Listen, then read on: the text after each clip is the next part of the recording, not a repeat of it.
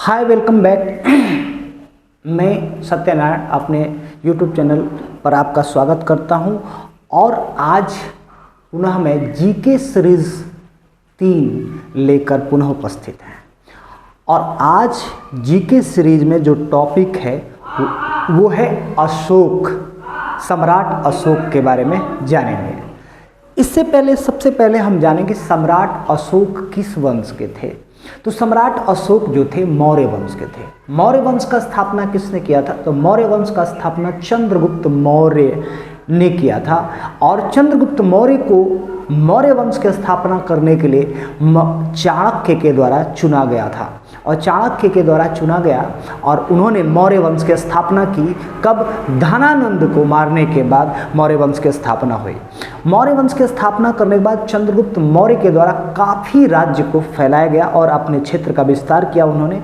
और क्षेत्र के विस्तार के बाद उनके पुत्र का नाम था बिंदुसार। और बिंदुसार के 100 पुत्र थे। बिंदुसार के 100 पुत्र थे। ऐसा कहा जाता है कि पुत्र होने से कोई फर्क नहीं पड़ता है। पुत्र का नाम इतिहास के पन्नों में उसी पुत्र का दर्ज होता है जिसने महान कार्य किया है। और उसमें अशोक बहुत ही पराक्रमी थे और बहुत ही। अब अशोक के बारे में हम जानते हैं कि अशोक कौन थे। अशोक का जन्म 304 ईसा पूर्व।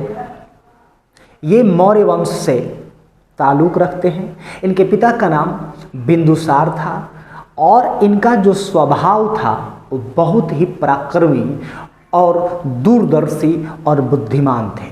क्यों? क्योंकि ये राजकुमार के अवस्था में भी कई युद्ध को जीता था इन्होंने। और इनके पराक्रम को दूसरे राजा जो है अनुसरण करते थे और इन्हें लोहा मानते थे। अब हम जानते हैं कि इनके जीवन में क्या आया। तो इनके जीवन में क्या बदलाव आया? सबसे पहला नंबर, कई संहिता और धम्म से ऐसा पता चलता है, हालांकि इस बात की अभी तक स्पष्टि नहीं मिली है और ऐसा मतलब कहीं भी लिखित रूप में जानकारी नहीं दी गई है कि ऐसा सिंहली अनुसरणियों और अनुयायियों के द्वारा ये कथित तर्क है कि राजा अशोक और सम्राट अशोक के द्वारा, सम्राट अशोक उनको इसलिए कहा गया कि ये सम्राट जो है एक उपाधि है। और इसके द्वारा ये जानकारी दी गई कि अशोक ने अपने 99 भाइयों को मारकर, और पटना में पाटलिपुत्र में एक कुआं है, उस कुआं में अपने 99 भाइयों को मारकर उधर कुएं में डाल दिया था। लेकिन इस बात की कहीं भी पुष्टि और लिखित रूप में जानकारी नहीं है, तो इस बात की ओर हम ध्यान नहीं देंगे। अब उनका स्वभाव बुद्धिमान, पराक्रमी, दूरदर्शी थे। अब उनके जीवन में क्या बदलाव आया? तो जीवन में बदलाव आया, उन्होंने कलिंग युद्ध किया और कलिंग युद्ध करने के बाद उनके जीवन में बदलाव आया। अब कलिंग युद्ध देखिए, हर इंसान चाहे कितना भी पराक्रमी हो, कितना भी निर्दयी हो, कितना भी क्रूर हो, उसके जीवन में कुछ ना कुछ ऐसी घटना घटती है जिससे उनके जीवन में बदलाव आता है। तो 400 ईसा पूर्व में, यानी 403 ईसा 405 ईसा पूर्व के आसपास कलिंग का युद्ध हुआ था। उस कलिंग के युद्ध में बहुत भयंकर रक्तपात हुआ। और रक्तपात होने के बाद सम्राट अशोक के अंदर एक ऐसा भयंकर बदलाव, देखिए हम कह रहे हैं, हमारे रोंगटे खड़े हो जा रहे हैं, भयंकर बदलाव आया उनके जीवन में। और उनके जीवन में बदलाव आने के बाद उन्होंने निर्णय लिया कि आज के बाद हम शस्त्र नहीं उठाएंगे। ध्यान दीजिएगा, आज के बाद हम शस्त्र नहीं उठाएंगे। और उन्होंने प्रण लिया और शस्त्र का त्याग किया। और शस्त्र का त्याग करने के बाद उन्होंने बौद्ध धर्म अपनाया। बौद्ध धर्म को अपनाने के बाद गुरु से दीक्षा ली और गुरु से दीक्षा लेने के बाद उन्होंने बौद्ध धर्म का प्रचार प्रसार और धम्म नीति अपनाई और धम्म का प्रचार किया। धम्म कलिंग युद्ध के बाद बौद्ध धर्म का प्रचार प्रसार शुरू किया और राज्य में बौद्ध धर्म को राज्य धर्म का दर्जा दिया और उन्हीं धम्म विजय नीति, यानी कि धम्म विजय की नीति, यानी धम्म की नीति कहती है कि राज्य के अंदर या जिसका धर्म के माध्यम से विजय प्राप्त करना। जैसे राजाओं के अंदर क्या होता है या किसी भी व्यक्ति के अंदर होता है कि अपनी जीत के लिए साम दंड भेद सब लगाकर अपनी जीत हासिल करना, लेकिन इन्होंने धम्म नीति के अनुसार ये बताया कि हम धर्म के अनुसार विजय प्राप्त करेंगे। और इसी शासन काल में धर्म, बौद्ध धर्म का केवल भारत में ही नहीं, भारत के अलावा एशिया के कई इलाकों में, कई देशों में बौद्ध धर्म का प्रचार किया। अब बौद्ध धर्म का प्रचार प्रसार करने के लिए इनके पुत्र और पुत्री समुद्र के रास्ते कहाँ गए? श्रीलंका में गए। इनके पुत्र का नाम था महेंद्र और पुत्री का नाम था संघमित्रा। पुत्र और पुत्री दोनों नाव से, यानी कि बोट से श्रीलंका गए, समुद्री रास्ते, जहाज के माध्यम से समुद्री रास्ते से, और वहाँ पर उन्होंने श्रीलंका के अंदर सिंघली संप्रदाय और तेलुगु संप्रदाय, इन सभी लोगों के बीच धर्म का प्रचार प्रसार किया, बौद्ध धर्म का प्रचार किया। उसके बाद इन्होंने इसके बाद शिलालेख शुरू किया। शिलालेख का मतलब होता है पत्थरों पर लिखना। शिलालेख का मतलब होता है पत्थरों पर लिखना। अब ये क्यों लिखना शुरू किया इन्होंने?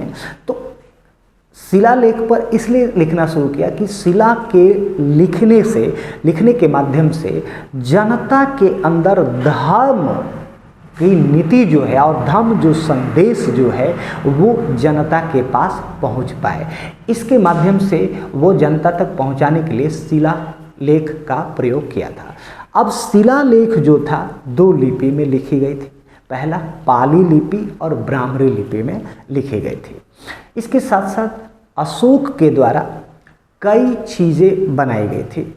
एक तो आपने देखा होगा भारत सरकार के अंदर 3 शेर वाला जो चित्र है वो भी अशोक के द्वारा बनाया गया है। सांची का स्तूप जो है वो भी अशोक के द्वारा बनाया गया है।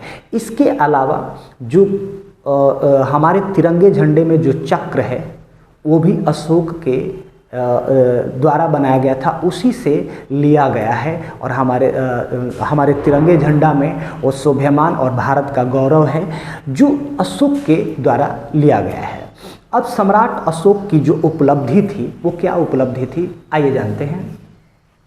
सबसे पहला नंबर, वो धम्म नीति का प्रचार किया। धम्म नीति का प्रचार का मतलब वो किसी भी अपने राज्य के अंदर इस नीति का प्रचार किया कि धर्म के साथ विजय को प्राप्त कीजिए और धर्म के साथ धर्मयुक्त बातें करें, और धर्म का इन्होंने प्रचार किया और धर्म नीति का बहुत प्रचार। अंतर्राष्ट्रीय संबंध बौद्ध धर्म के अनुसार, बौद्ध धर्म के साथ साथ, यानी कि बौद्ध धर्म और बौद्ध धर्म के प्रचार के साथ अंतर्राष्ट्रीय संबंधों को भी इन्होंने मजबूत किया। जैसे श्रीलंका, नेपाल, अफगानिस्तान और तिब्बत क्षेत्रों में बौद्ध धर्म का प्रचार भी किया और इनसे अपने संबंधों को इंटरनेशनली कनेक्ट किया और मजबूत किया। अब हम जानते हैं इनका मेन मोटो अस्पताल और सड़क। ये चाहते थे कि हमारे राज्य एक ऐसा राज्य बने जहाँ पर आने जाने में लोगों को सुविधा हो। सड़कों को बनवाया। इसके साथ साथ अपनी शिक्षा, मतलब अपने राज्य के छात्र और लोगों की शिक्षा को मजबूत करने के लिए उन्होंने स्कूलें खुलवाए, अस्पताल, लोगों के लिए अस्पताल। इसके साथ साथ कई रिसर्च भी हुए इन्हीं के शासनकाल में। अब हम बात करते हैं वन्य जीवन। ये जानवरों से बड़ा प्रेम करते थे और जानवरों से प्रेम करने के कारण इन्होंने वन्य सुरक्षा की नीति और नियम को निर्माण किया और नियम के अनुसार वन्य जीवन की सुरक्षा के लिए ये प्रतिबद्ध थे।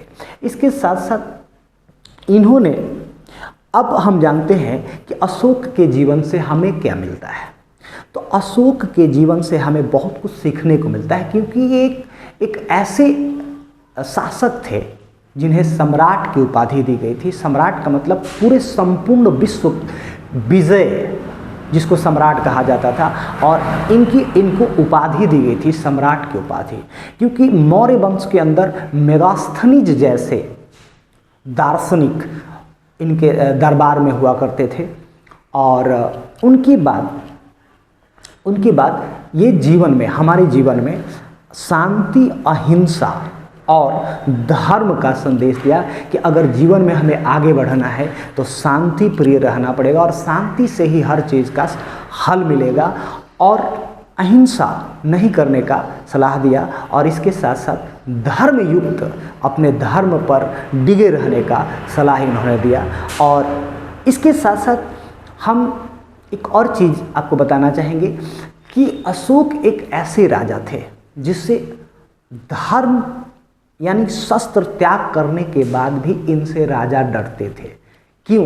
क्योंकि ये युद्ध में पारंगत थे, और पारंगत होने के बाद इन्होंने क्या किया था, अपने क्षेत्र को, अपने राज्य को सुसज्जित रखने के लिए अपनी टुकड़ी और सेना को मजबूत किया था अंदर। क्योंकि देखिए क्या होता है, जब इंसान शस्त्र छोड़ देता है या लड़ने की विचारधारा को छोड़ देता है तो कई राजा जो होते हैं उस पर आक्रमण करने की सोचते हैं। तो इससे बचने के लिए अशोक ने अपनी सेना की टुकड़ियों को भी मजबूत किया था और इस तरह की शिक्षा दिए थे। शिक्षा देने के बाद जिसके कारण से सभी राजा जो है अशोक से डरते भी थे। तो इसलिए आज के जीके सीरीज में अशोक की संपूर्ण जानकारी दी गई। और एक वीडियो कैसा लगा, लोगों को ज़्यादा से ज़्यादा शेयर करें और ऐसी जानकारी के लिए हमारे वीडियो को लाइक करें और चैनल को सब्सक्राइब करें। बहुत बहुत धन्यवाद।